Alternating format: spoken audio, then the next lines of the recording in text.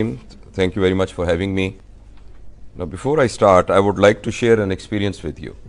We were conducting a course in Karachi, and one of the guests was a German person. So everyone was making very good presentations. At the end, he said, "I was just wondering why you were talking in English, because all the participants could understand your own language. तो what was the compulsion in talking in English?" तो हमने कहा जी हमें अच्छा लगता है और हम डिप्रेस हो जाते हैं अगर कोई उर्दू बोल रहा हो तो ही एक्चुअली हिज प्रेसिडेंशियल एड्रेस उसने सिर्फ इस बात पर दिया कि बेहतरीन इबलाग आपकी मादरी ज़बान के अंदर होता है, और जब आपने English as a first language नहीं सीखी होती तो पहले आप अपने ख्याल को अपनी मादरी ज़बान में सोचते हैं, फिर आप उसको इंग्लिश में ट्रांसलेट करते हैं, फिर आप ये भी ख्याल करते हैं कि आपका लहजा खराब ना हो जाए, तो फिर आप उसको एक एक्सेंट के अंदर कन्वर्ट करने की कोशिश करते हैं। और समझने वाले को भी इस तरह 2 स्टेप के अंदर इसको समझना। बेटी आगे आ जाओ, यू कैन कम हियर, ये खाली जगह है। तो मैंने उस वक्त से ना ये बात सीखी है कि जो हमारी टेक्निकल टर्मिनोलॉजी है वो तो हमने इंग्लिश में बोलनी है, बीच बीच में जहां हमें समझ ना आए बीच में इंग्लिश का लफ्ज अड़ा सकते हैं, लेकिन जनरली हमें इस बात पर कोई शर्म महसूस नहीं करनी चाहिए कि हम अपनी जबान के अंदर इबलाग करें और अपनी जबान में बात करें। और अननेसेसरीली जैसे बच्चों के फंक्शन होते हैं ना, ऐसे मुश्किल सी इंग्लिश मुंह बिगाड़ के दी वर्ड दी इस तरह करके वो ना किसी को समझ में आ रही होती है और ना उसके जरिए प्रॉपर हिज उठा रहे होते हैं। तो इसलिए इसमें ना मैंने उस दिन से ये सोचा है, और इवन हमारे जो MCPS HP के कोर्सेज भी बाकी और भी जितने वर्कशॉप्स होती हैं तो उसमें मैं कोशिश करता हूं कि हम बाइलिंगुअल रहें, ट्राइंगुलर रहें, इंगुलर रहें। बेशक जो भी जबान से हमारा इबलाग बेहतर हो उसको करें और अपने ऊपर ये कंपल्शन ना डालें कि मैंने अंग्रेजी ही बोलनी है। Right, okay. तो I will not take much time. तो अभी भी अंग्रेजी बोल रहा हूं, लेकिन यह है कि आप समझ रहे हैं कि मैं क्या कहना चाह रहा हूं। You know me, perhaps you know me. देखिए, ये हम बात करेंगे कि appearing in FCPS viva, I am not gonna tell you gynae, I am not gonna teach you ops, right, and you know better than me. Even the junior most person is knowing much more than me, और you have got experts जो आपको सारा कुछ बताएंगे। मैं आपको actual वाइवे के tips बताना चाहता हूं कि आप वाइवा देने जाते हैं तो कौन कौन सी ऐसी स्किल्स हैं जो आपको चाहिए जो वाइवे में आपकी हेल्प करेंगी। ओके, एक तो याद रखिए कि it's a fight between examiner and the candidate, लेकिन मसला सिर्फ यह है कि examiner has nothing to lose, there can be only one loser and that incidentally can be you. तो इसलिए इसको इस तरह की जंग लड़नी है। हमारे एक टीचर होते थे, वो हमसे बहुत सीनियर थे, तो मैं भी PGR था, वो भी बड़े अरसे से इम्तिहान दे रहे थे, 12-13 साल। वो जो हर दफ़ा आते थे ना तो अपनी लड़ाई का किस्सा सुनाते थे। वो कहते एग्जामिनर ने मुझसे ये कहा और मैं अड़ गया, मैंने उनको ये कहा नहीं, मैंने कहा मैं आपको ब्रिटिश जर्नल ऑफ सर्जरी दिखाता हूँ। मैं कहता बड़ा वो शर्मिंदा हो गया, चुप हो गए।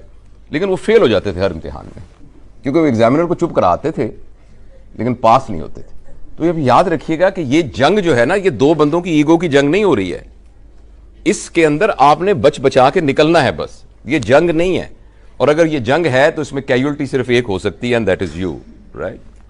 दूसरी बात यह है कि this viva needs an intense structured preparation. आपको पता है कि जो लर्निंग होती है ना, उसके 3 कैटेगरीज होती हैं। एक होती है superficial learning which is memory based, जिसमें आप रट्टा लगाते हैं।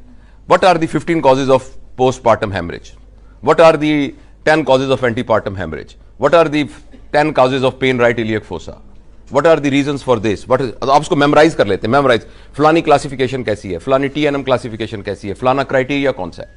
इस तरह की पढ़ाई को हम कहते हैं सुपरफिशियल लर्निंग। और एक होती है डीप लर्निंग। डीप लर्निंग होती है जिसमें यू डेवलप अ मीनिंग, आप एक कॉन्सेप्ट बनाते हैं और एक मीनिंग बनाते हैं। और एक दोनों के दरमियान चीज होती है जिसे कहते हैं strategic learning. Strategic learning is actually combination of superficial learning and deep learning, जिसमें आप स्ट्रेटेजी बनाते हैं, इम्तिहान की स्ट्रेटेजी बनानी है कि पास कैसे होके आए। उसका ताल्लुक ना सुपरफिशियल लर्निंग से है ना उसका ताल्लुक डीप लर्निंग से है, वो आप स्ट्रेटेजी बनानी। तो हम उस स्ट्रेटेजी के बारे में बात करेंगे। Of course the knowledge and skills are essential. यह है कि आप जितनी मर्जी आपको स्ट्रेटेजी आती हो, जितने मर्जी आप दाव पेच आपको आते हो, अगर फिजिकल पावर ना हो, देखना एक पहलवान जो है उसको टेक्निक सारी आती हो मगर उसकी मसल पावर ना हो तो ऑब्वियसली वो उसको नहीं। तो जब आपकी जो मसल पावर है that is obviously background clinical knowledge and skill. Okay, जो पहली प्रेपरेशन है ना वाइवा की, वो है माइंड सेट। आज से 1 महीना पहले निश्तर में एक कोर्स हुआ था जो कि एफसीपीएस सर्जरी का कोर्स था। मैंने जाके पहला सवाल उनसे पूछा और यही सवाल मैं आपसे पूछ रहा हूं। आप में से कितने लोग इस दफा इम्तिहान में अपीयर हो रहे हैं? ओके, तो आपसे मैं सवाल पूछ रहा हूं, हाथ खड़ा रखिएगा प्लीज, ताकि मुझे पता लगे कौन कौन लोग हैं। आपके कितने चांसेस है पास होने के? पास होने के कितने चांसेस हैं इस दफा?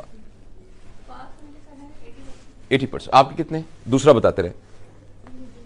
नहीं, जिसने देना है हाथ प्लीज, हाथ ऊपर रखिए। आपका बेटा कितने चांसेस है? 90%। आप कितने? 90। और किसने ध्यान? आपके कितने बेटा? 100% चांस। और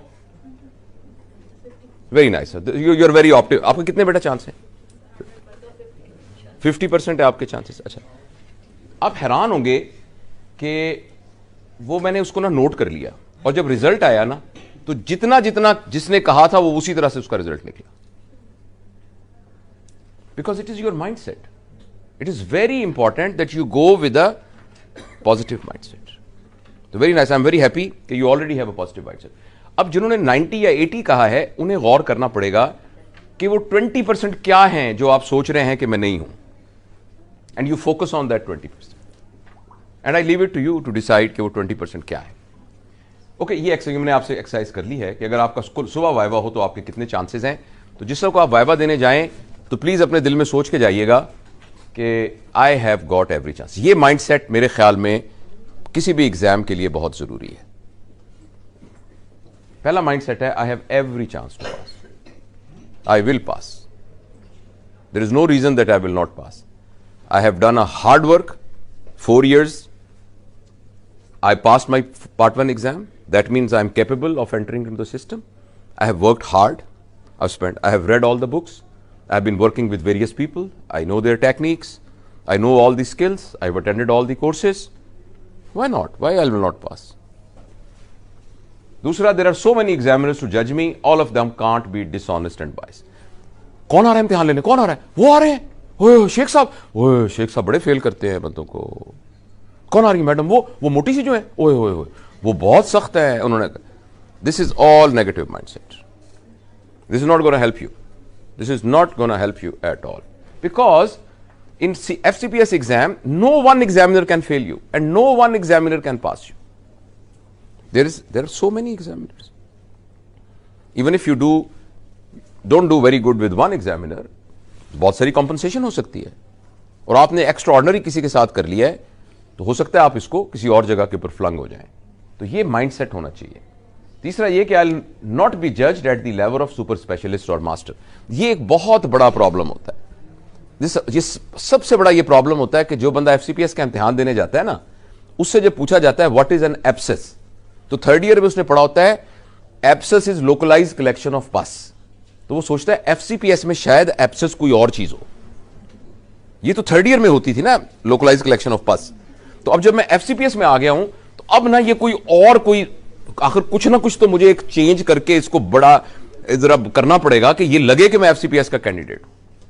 और इसलिए बहुत सारे लोग इस सिलसिले में बहुत मिस्टेक करते हैं। हमारे एक दोस्त थे, वो भी बहुत मुश्किल से पास हुए थे। वो हमारे टीचर थे, वो मेरे बाद पास हुए थे। जब मैंने इम्तिहान दिया, मेरे साथ भी गए थे इम्तिहान देने। तो जब भी हम कोर्सेज में जाते थे, उनसे सवाल पूछते थे ना कि ये बताइए कि ये कोल्ड एब्सेस नेक की क्या ट्रीटमेंट है। तो वो जो सिंपल ट्रीटमेंट किताबों में लिखी हुई है, जो 3rd ईयर वाले को भी पता होनी चाहिए, वो ये नहीं कहते। वो कहते सर आजकल तो ये कहते हैं कि ये करना चाहिए।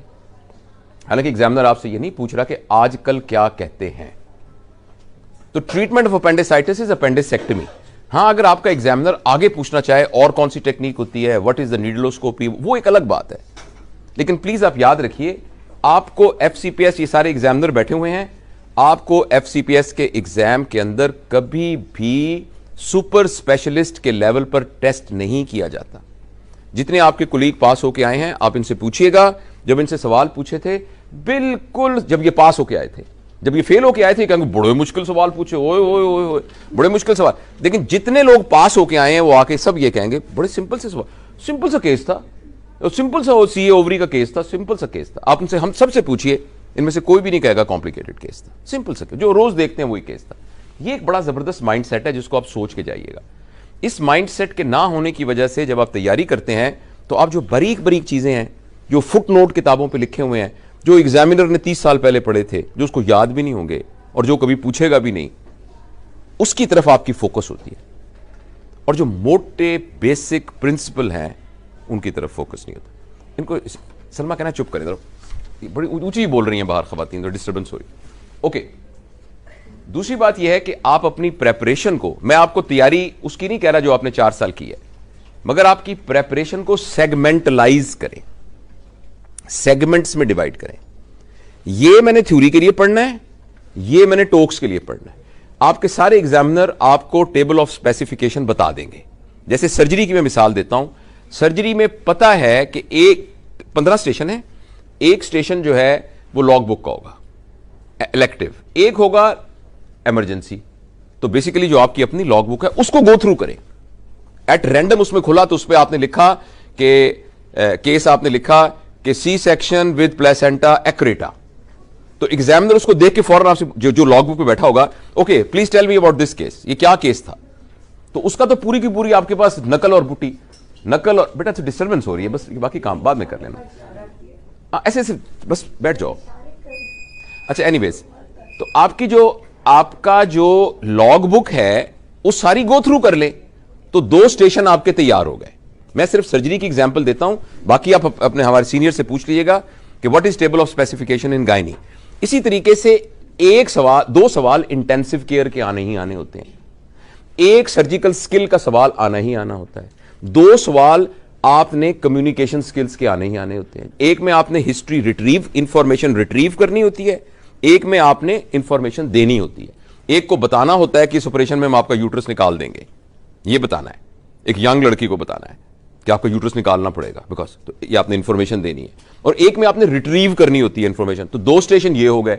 इसके अलावा मैं सर्जरी की गायनी का मुझे मालूम नहीं, इसके अलावा हेपेटोबिलियरी में से एक स्टेशन ने जरूर आना होता है। इसके अलावा ट्रॉमाटोलॉजी के अंदर और ATLS से रिलेटेड कोर्सेज में एक जरूर आना होता है। इसके अलावा क्रिटिकल केयर में एक जरूर आना होता है। इसके अलावा ब्रेस्ट एंडोक्राइन में से एक स्टेशन जरूर आना होता है। ये टेबल ऑफ स्पेसिफिकेशन है, एग्जामिनर ने वो उसी तरीके से बनाया होगा।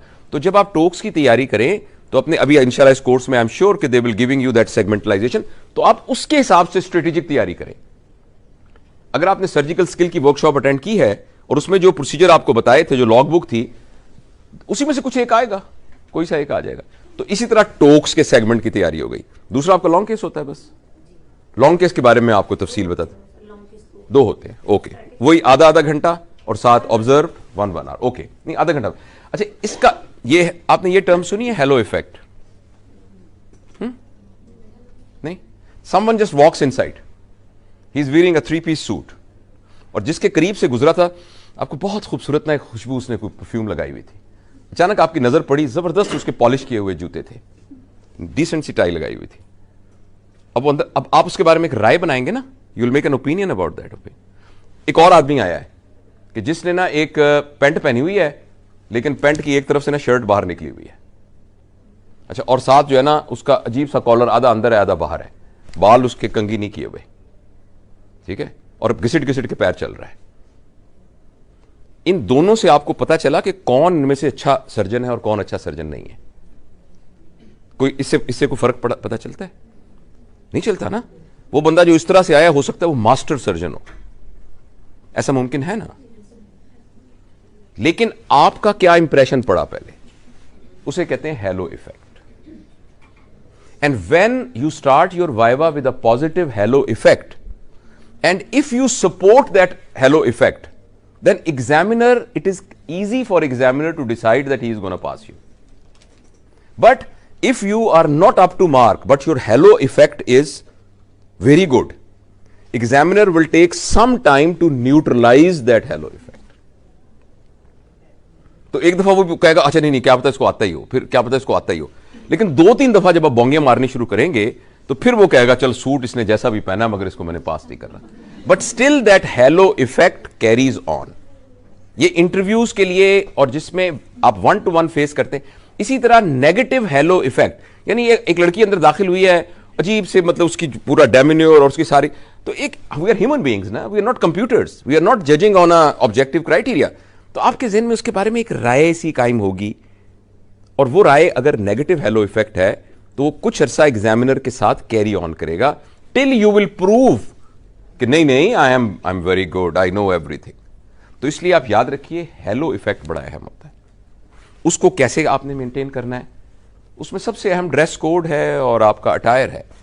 इस एग्जाम के अंदर एक प्रोफेशनल ड्रेस कोड के साथ आप जाइएगा। प्रोफेशनल ड्रेस कोड क्या होता है?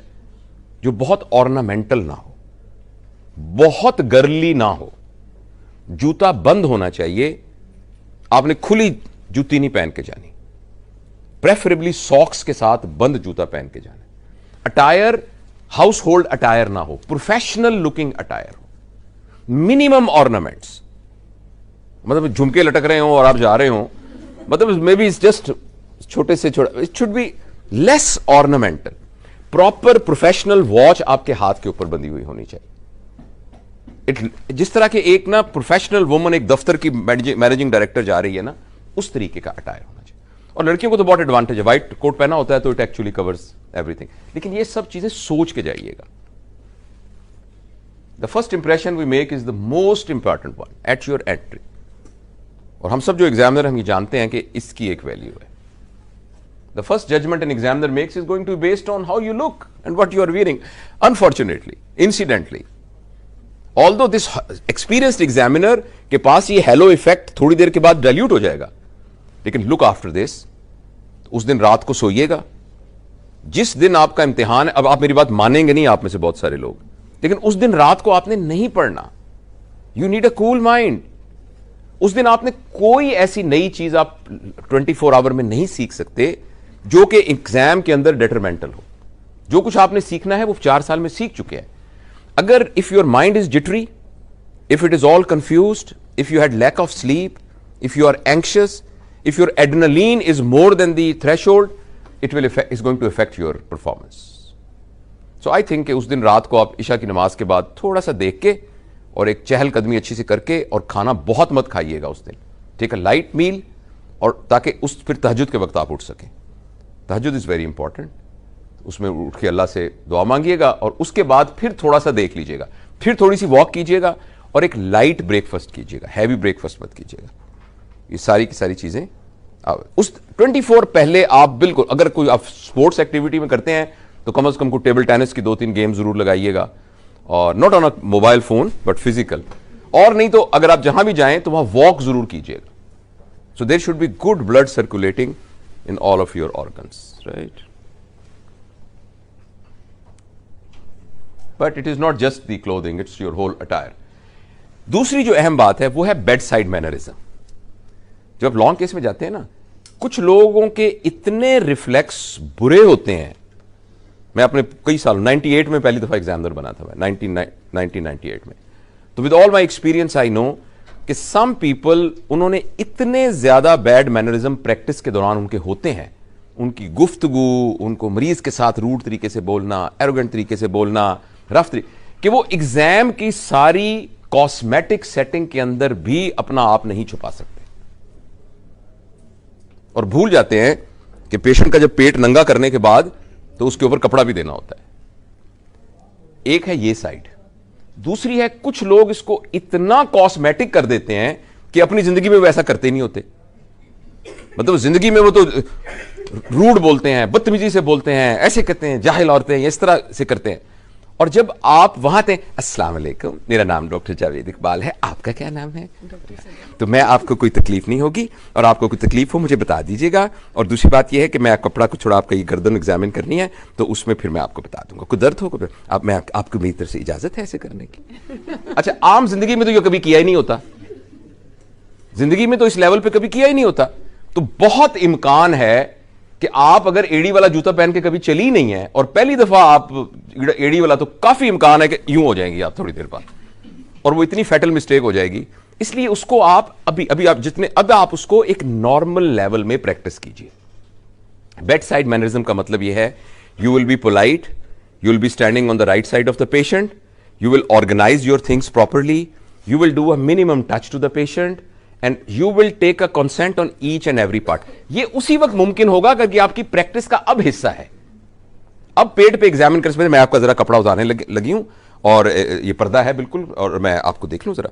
अगर अभी से हम इसको करते हैं तो फिर एक जेन्युइन वहां से निकलता है, वरना वो तोते वाला हिसाब होता है। वो कहानी सुनी आपने ना, किसी ने एक रखा था तोता, तो जब भी वो घर आता था उसको सिखाया तो वो कहता था hello how are you, would you like to have a cup of coffee और अ टी। सारे लोग बड़े इंप्रेस होते थे, सब लोग। तो जब भी हर लोग कहते हैं इसका तोता बड़ा जबरदस्त है यार, बहुत सीखा हुआ है। तो एक दिन एक बंदा आया, उसके साथ एक बिल्ली भी थी। तो बिल्ली को देख के तोते ने कहा hello how are you, would you like to have a cup of coffee और अ टी। तो वो बिल्ली ने फिर देखा तो कहने लगा hello how are you, would you like to have a cup of coffee और टी। बिल्ली ने जरा हूं किया तो कहने लगा, पता है आगे से क्या करने लगा, टैं टैं टैं टैं। तो हमारे अंदर जो ओरिजिनल टैं टैं है ना, वो एग्जाम में निकल आती है। मेरी बात समझ रही हैं आप? ओरिजिनल टैं टैं एग्जाम में निकल आती है। तो इसलिए बेहतर यह है कि इन तमाम चीजों को हम अपनी ट्रेनिंग और उसका हिस्सा बनाएं। तो बेड साइड मैनरिज्म का यह मतलब है, और इसको याद रखिए कि हमने मिनिमम पेशेंट को टच है। दूसरा, बहुत सारी चीजें हम एग्जामिन करते हैं ना, आओ बेटी आ जाओ, बहुत सारी चीजें हम जब एग्जामिन करते हैं ना, वो हमने बिठा के करनी होती हैं। फिर वो एक पार्ट ऑफ एग्जामिनेशन होता है कि उसको लिटा के ही करनी होती हैं। जैसे सर्जरी में वेरिकोज वेन को खड़े होकर एग्जामिन करना होता है, हर्नियल ऑरिफिसेस को खड़े होकर एग्जामिन। अच्छा, उसमें अब ये नहीं कि मरीज की उठक बैठक ना लगा दें, जो चीज पीछे से देखनी है वो एक दफा पीछे से देख ले, मुकम्मल कर ले। और वहां एग्जामिनर आपको इस तरह नहीं जज कर रहा होता, इसने इंस्पेक्शन कर ली, इसने पल्पेशन कर ली, इसने परकशन कर ली, इसने ऑस्कल्टेशन कर ली, ऐसे नहीं चेक कर रहा होता। ये हमारे समझने के लिए कंपार्टमेंट बने हुए हैं। उसने ओवरऑल आपने पेशेंट को एग्जामिन किया, तो जो कुछ सामने से करना है वो सामने से कर लें, जो कुछ बैक से करना है बैक से कर लें, पेशेंट को उठा के जो कुछ करना है उठा के कर लें, लिटा के जो कुछ करना है कर लें। ये ना हो कि पेशेंट का एक दफा पीवी करके फिर ख्याल आया, फिर दोबारा पीवी, फिर दोबारा।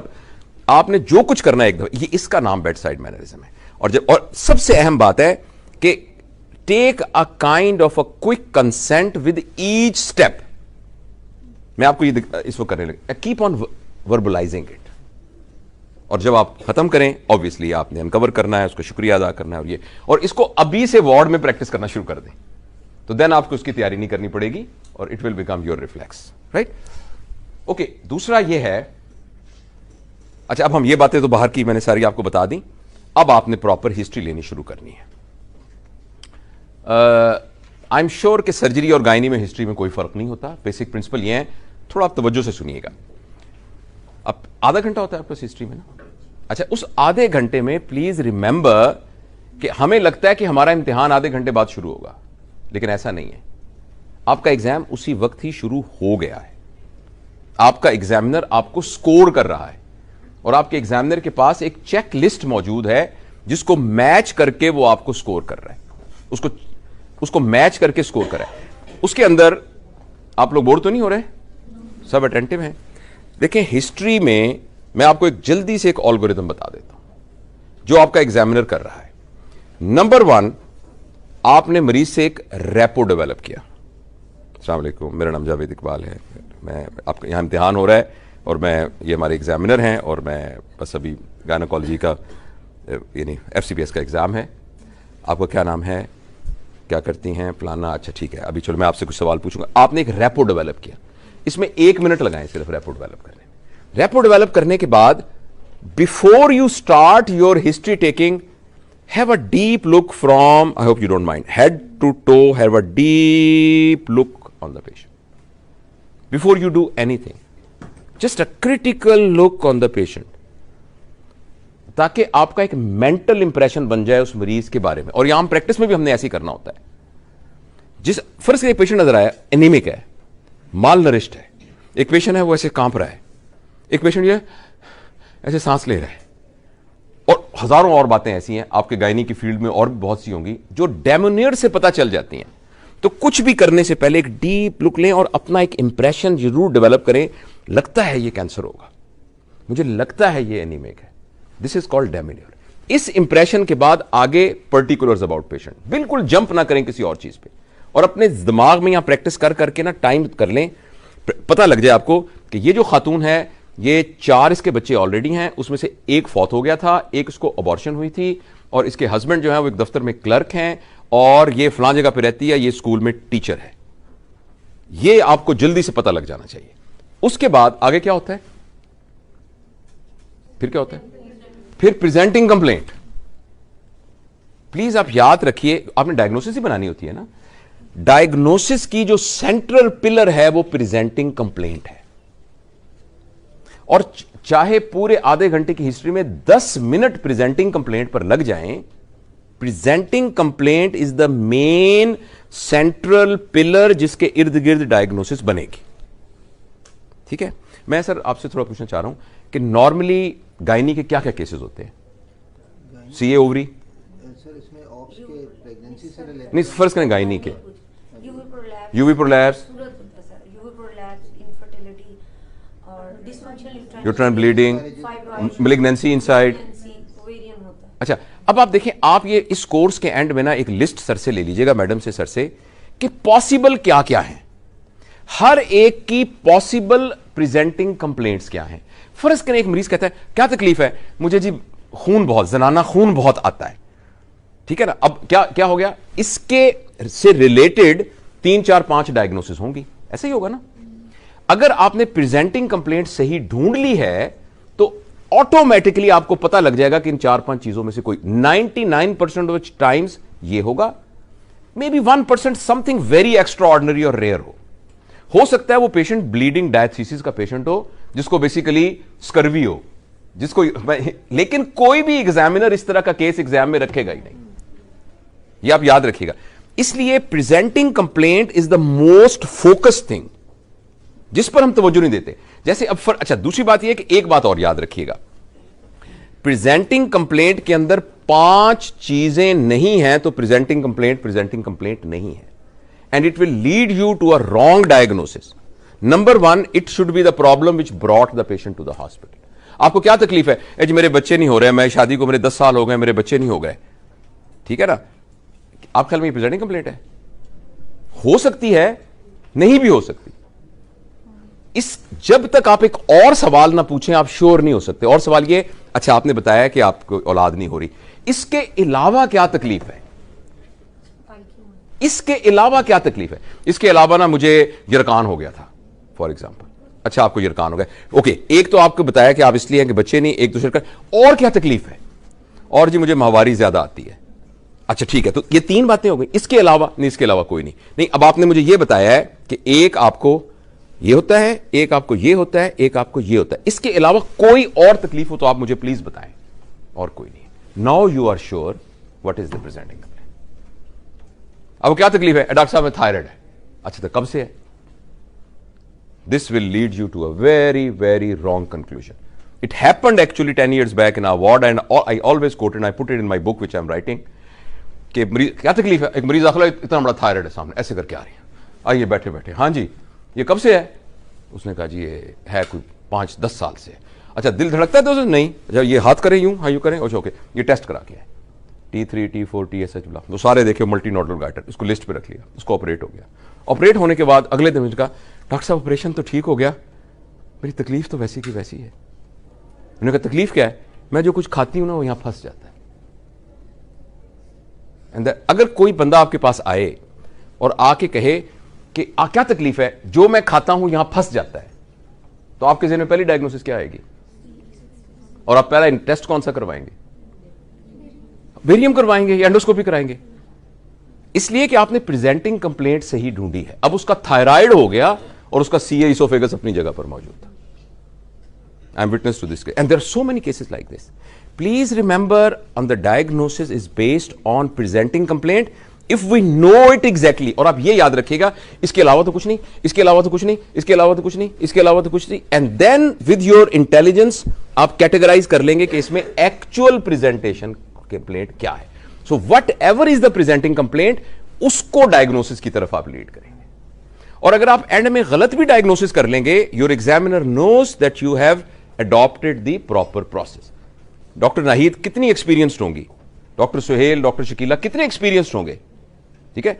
ये आपको 10 इंसिडेंट्स बता देंगे जिसमें he was not able to make a diagnosis. तो किसी ने इनकी एफसीपीएस की डिग्री तो नहीं वापस ले ली, ये तो नहीं कहा कल से प्रोफेसर नहीं, आप रिमोट हो गए। All of us sometime does not make a diagnosis or make a wrong diagnosis, and we revert back and then we revise our diagnosis, but the process which we follow, that is being examined. तो ये बात समझ में आ गई. Presenting complaint जब आपको पता लग जाएगी, उससे रिलेटेड आगे कहानी चलेगी, और उस कहानी का तीसरा स्टेप है हिस्ट्री ऑफ प्रेजेंटिंग कंप्लेंट. अगर प्रेजेंटिंग कंप्लेंट है ब्लीडिंग पर वजाइनम और आप समझ रही हैं it is mass lower abdomen, तो आप सवाल किसके बारे में पूछेंगी? मास लोअर एब्डोमेन के बारे में. अगर आप ये समझें कि कराची जो है ना वो इस तरफ है, रास्ते में खानेवाल आता है और आगे चीचावतनी आता है, इधर है कराची, तो आप हर कदम पर भी सूरह यासीन पढ़ते हुए चलना शुरू कर दें, फिर भी आप कराची नहीं पहुंचेंगे, बल्कि दूर जाएंगे. तो if your presenting complaint is wrong, your subsequent history taking will be wrong. इस पॉइंट पर मैं एम्फेसाइज करना चाहता हूं. History of presenting complaint is nothing but evaluation of the presenting complaint. Once you have finish that, आपके जहन में एक आउटलाइन बन जाएगी. अब आपने of course past history, family history, personal history, वो ब्ला ब्ला, उनकी मैं तफसील में नहीं जाता, लेकिन उनके ऑल एल्गोरिदम्स अवेलेबल हैं. एल्गोरिदम्स अवेलेबल हैं, वो आप इस पूरे कोर्स में प्रैक्टिस करेंगी. फॉर एग्जाम्पल, मैंने पास्ट हिस्ट्री पूछनी हो तो मैं पूछूंगा, पहले आप कभी अस्पताल में दाखिल तो नहीं हुए, आपका कोई ऑपरेशन तो नहीं हुआ, आपका कोई एक्सीडेंट तो नहीं हुआ, कोई बड़ा टेस्ट तो नहीं आपका हुआ, कोई दवाई तो नहीं है जो आप रेगुलर खाते हैं, कोई ऐसी दवाई तो नहीं जो आपको मना की गई है, और अपनी बीमारी के बारे में और कुछ आप मुझे बताना चाहें, तो ऑलमोस्ट सारी पास्ट हिस्ट्री, इसके एल्गोरिदम्स आर अवेलेबल, और वो आप अपनी प्रैक्टिस कर लेंगे. तो पास्ट हिस्ट्री, फैमिली, ये सब कुछ करने के बाद फिर आप एक वर्किंग डायग्नोसिस बना लेते हैं. अच्छा, बाय दिस टाइम आपके 15 मिनट गुजर जाएंगे. अब आप अपने दिमाग में एक सोचना शुरू कर दें कि इस ये डायग्नोसिस का पेशेंट अगर डॉक्टर नाहिद फातिमा ने आउटडोर से भेजा होता और मैं ड्यूटी पे रजिस्ट्रार होती, तो उनके आने से पहले पहले मैं क्या क्या टेस्ट मुझे और कराने चाहिए थे. और दूसरी बात यह है कि क्या ख्याल है जब टेस्टों की ये रिपोर्ट आएगी तो क्या करना है, ये रिपोर्ट आई तो क्या करना है, अगर ये रिपोर्ट आएगी तो क्या करना है. That is whole viva preparation. यही आपसे वाइवा पूछा जाएगा. If you remain straight on this path, तो कोई एग्जामिनर, उसके पास गुंजाइश ही नहीं है कि उसको स्वे. एक टिपिकल वाइवा ये होगा, okay please describe your case, आपने ब्ला ब्ला ब्ला ब्ला ब्ला ब्ला, okay very nice, so what do you think is the possibility? In my opinion, 1, 2, these are the possibilities. Okay, how will you further proceed? I'll do this investigation, blah blah blah blah. Okay, for example, if report is this, what will be your diagnosis? This one. Okay, what are the treatment options? These are the treatment. Okay, if it happens like this, if this complication occurs, how will you handle? Okay, do you know any recent advances about this thing? Examiner इतना tight हो जाएगा कि वो इससे sway नहीं कर सकेगा. लेकिन अगर आपने पूछा, हाँ जी, what is your case? Sir, my case is dysfunction uterine bleeding. अब आपने ना गेंद उसके ऐसे कोर्ट में फेंक दी है, अब उसकी जो मर्जी पूछे. तो लॉन्ग केस के अंदर तो you actually dictate the examiner your questions by describing it according to this format. ये आपको समझ में आ गई बात? और presentation skills obviously with practice, I am sure कि आप ये करवाएंगे इनको कैसे करना है. ये मैंने आपको बता दिया. Describe the history and examination systematically in such a way that diagnosis comes in examiners mind. जिस वक्त आप ये आपने तैयारी पहले दिमाग में सोच लेनी है कि जब मैंने डिस्क्राइब करना है तो इस तरह करूं कि, फॉर एग्जाम्पल मैं आपको एक मिसाल देता हूं. आप सर्जरी जाहिर है कुछ आपने किया तो है कि sir, my patient is a young man, 20 years old, he works as a porter at Bahawalpur railway station. Once he was lifting a heavy weight and he developed a swelling over here. अब examiner के दिल में क्या आएगा? Hernia. Okay, when he coughs, the swelling bulges out and when he lies down, it goes in. अब examiner क्या कहेगा? और क्या पूछता है, और क्या पूछता है? Patient has no chronic cough and patient has no problem related to urinary retention. अब एग्जामिनर का एकदम दिल खुश हो जाएगा. What is the diagnosis? अब एग्जामिनर की क्या ख्वाहिश है? उसके दिल में क्या है कि क्या जवाब दें आप? बताएं ना. हर्निया. तो वो कहता है व्हाट इज द डायग्नोसिस? ठीक है ना. अब उसका यार मुझे बताओ, मुझे बताओ. आप कहते हैं sir, my diagnosis is writing on hernia. Oh thank you very much. Examiner कितना खुश होगा. आपने उसकी ख्वाहिश पूरी कर दी, उसकी इच्छा पूरी कर दी. तो जब आप सिस्टमैटिकली बना रहे हैं, वो एक ट्रेन्ड एक्सपर्ट पर्सन आपके सामने बैठा हुआ है, उसका अपना दिमाग भी उस डायग्नोसिस की तरफ जा रहा है. और जब आप अचानक उसको लगता है कि यार इसने ये पूछा है कि ये हैवी वेट लिफ्टर नहीं है, तो वो क्लिक हो जाता है उसके साथ.